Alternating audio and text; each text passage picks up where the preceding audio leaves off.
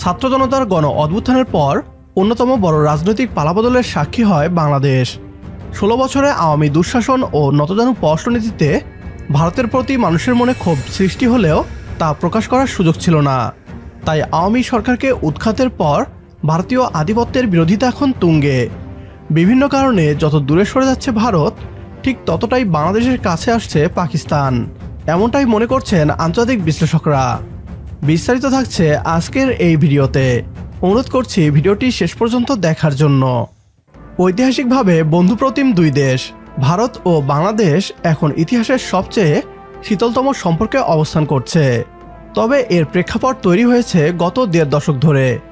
2011 সালের 7 জানুয়ারি কুড়িগ্রামের বাংলাদেশ ভারত সীমান্তের অনন্তপুর দিনহাটার খিতাবের কুঠি এলাকায় ভারতীয় সীমান্তরক্ষী বাহিনী বিএসএফের গুলিতে নিহত হন ফেলানী নামের এক বাংলাদেশি কিশোরী। তাকে গুলি করে হত্যার পর লাশ 5 ঘন্টা কাঁটাতারে ঝুলিয়ে রাখা হয়েছিল। সেদিন থেকেই ভারতের আধিপত্য বিরোধী বীজ বপন হয় বাংলাদেশের মানুষের মনে। সেই বীজ অঙ্কুরিত হয় ফেলানী হত্যার বিচারহীনতা, নিরবিচ্ছিন্ন সীমান্ত হত্যা, নদীর পানি বণ্টন ইস্যু, ট্রানজিট ইস্যু, সাম্প্রদায়িক অস্থিতিশীলতা তৈরিতে ভারতের উস্কানি, বাণিজ্যে ভারসাম্যহীনতা ও দেশবিরোধী নানা চুক্তির মাধ্যমে। সবশেষ শেখ হাসিনার পতনের পর তাকে ভারতে মর্যাদার সঙ্গে আশ্রয় দেয়া এবং তার পক্ষে বিভিন্ন উস্কানিমূলক প্রচারণা, কথিত সংখ্যালঘু ইস্যু তৈরি, বাংলাদেশের জাতীয় পতাকার অবমাননা এবং ভারতে বাংলাদেশের সহকারী হাইকমিশনে হামলার ঘটনায় দুই দেশের সম্পর্ক এখন তলানিতে গিয়ে ঠেকেছে। আন্তর্জাতিক বিশ্লেষকরা মনে করছেন, ভারতের দাদাগিরি মনোভাবের কারণে ভারত বাংলাদেশিদের কাছ থেকে যতটাই দূরে সরছে, ঠিক ততটাই কাছে আসছে পাকিস্তান। গত 1 দশকে পাকিস্তানের নতুন প্রজন্ম ও রাজনীতিকদের মধ্যে বাংলাদেশ ইস্যুতে উল্লেখযোগ্য ইতিবাচক পরিবর্তন এসেছে। বাংলাদেশের সঙ্গে সম্পর্ক স্বাভাবিক ও বন্ধুত্বপূর্ণ করতে আগ্রহী পাকিস্তানের নতুন প্রজন্ম।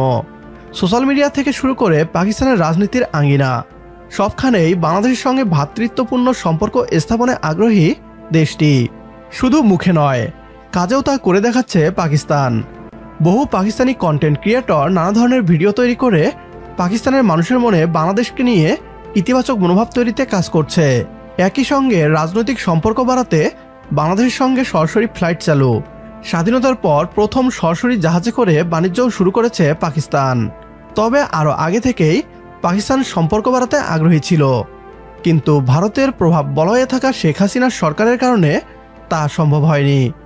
2009 সালে ক্ষমতায় আসার পর বিভিন্ন কারণ দেখিয়ে পাকিস্তান থেকে আমদানি করা অধিকাংশ পণ্য লাল তালিকাভুক্ত করে রেখেছিল জাতীয় রাজস্ব বোর্ড।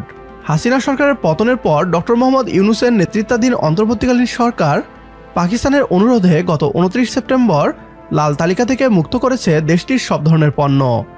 পাকিস্তান শিক্ষা, চিকিৎসা, কৃষি, টেক্সটাইল, মেশিনারিজ ও পর্যটন খাতে বাংলাদেশের সঙ্গে সম্পর্ক বাড়াতে আগ্রহী। এসব খাতে বাংলাদেশের রয়েছে বেশ উল্লেখযোগ্য মাত্রায় ভারত নির্ভরতা। তাই দুই দেশের নতুন প্রজন্মের মতামত পুরনো শত্রুতার মীমাংসা করে পাকিস্তানের সঙ্গে বাণিজ্যিক, কূটনৈতিক ও সাংস্কৃতিক সম্পর্ক সহজ করে এগিয়ে যাওয়া উচিত। প্রিয় দর্শক, যদি আপনিও মনে করেন ভারতকে বয়কট করে পাকিস্তানের সাথে সম্পর্ক বৃদ্ধি করা উচিত বাংলাদেশের, তাহলে কমেন্ট বক্সে ইয়েস লিখে জানিয়ে দিন আমাদের। সেই সাথে ভিডিও শেয়ার করে দেখার সুযোগ করে দিন আপনার বন্ধুদের। পরবর্তী ভিডিও দেখার আমন্ত্রণ জানিয়ে বিদায় নিচ্ছি আজ। আল্লাহ হাফেজ।